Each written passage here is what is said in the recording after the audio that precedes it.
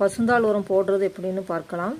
முதல்ல மரத்தை சுற்றி வெளிமண் எடுத்து வட்டைப்பாத்தி கட்டிக்கலாம். வட்டைப்பாத்தி கட்டியாச்சு. இந்த மாதிரி மண்ணை கொத்தி விட்டுக்கலாம்.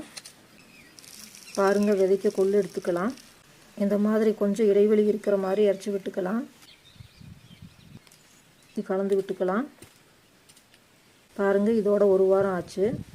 விதைச்சி விட்டதுக்கப்புறம் ஒரு மழை பிறச்சது. எல்லா கொள்ளு விதையும் நல்லா முளைச்சிருக்கு.